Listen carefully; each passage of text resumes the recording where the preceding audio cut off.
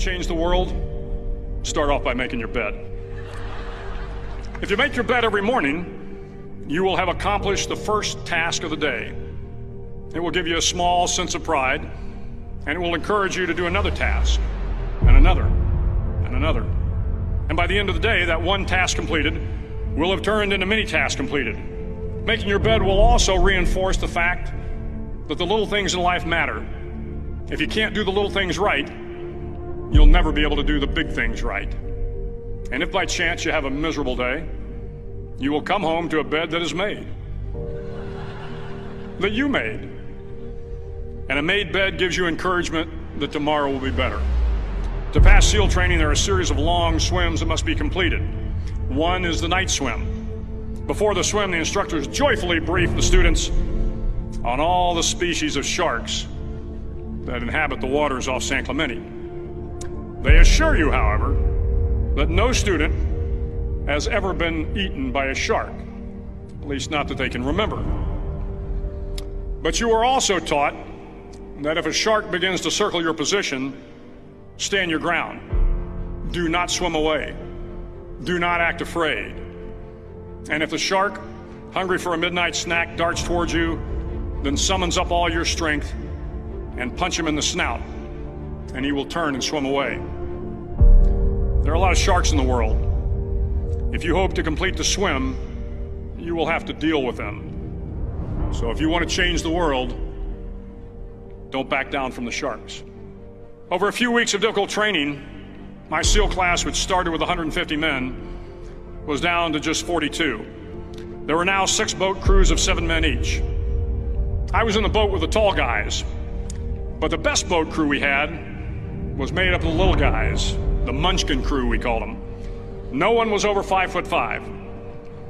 The Munchkin boat crew had 1 American Indian, 1 African American, 1 Polish American, 1 Greek American, 1 Italian American, and 2 tough kids from the Midwest. They out-paddled, outran, and outswam all the other boat crews. The big men in the other boat crews would always make good-natured fun of the tiny little flippers the Munchkins put on their tiny little feet prior to every swim. But somehow these little guys from every corner of the nation and the world always had the last laugh, swimming faster than everyone and reaching the shore long before the rest of us. SEAL training was a great equalizer.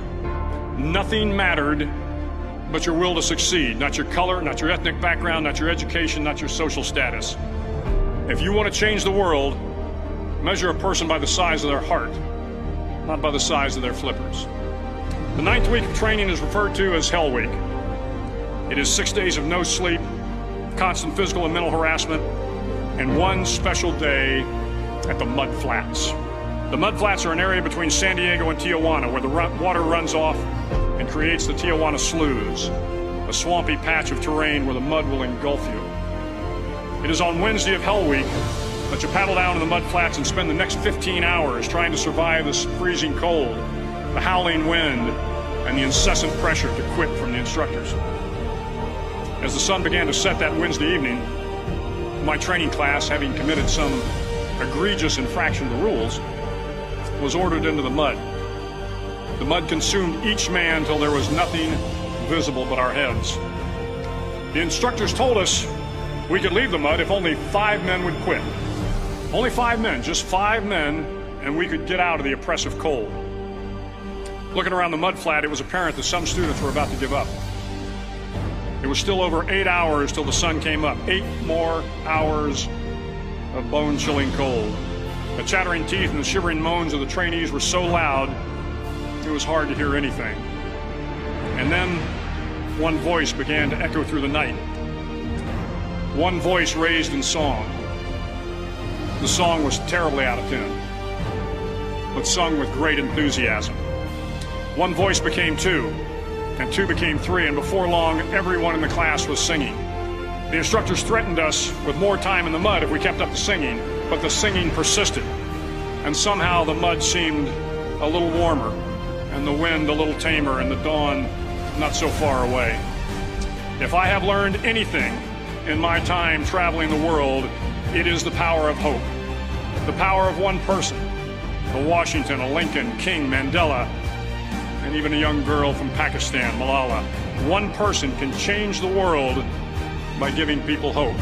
So if you want to change the world, start each day with a task completed. Find someone to help you through life. Respect everyone. Know that life is not fair and that you will fail often. But if you take some risks, step up when the times are the toughest, face down the bullies, lift up the downtrodden, and never ever give up. If you do these things, the next generation and the generations that follow will live in a world far better than the one we have today. And what started here will indeed have changed the world for the better.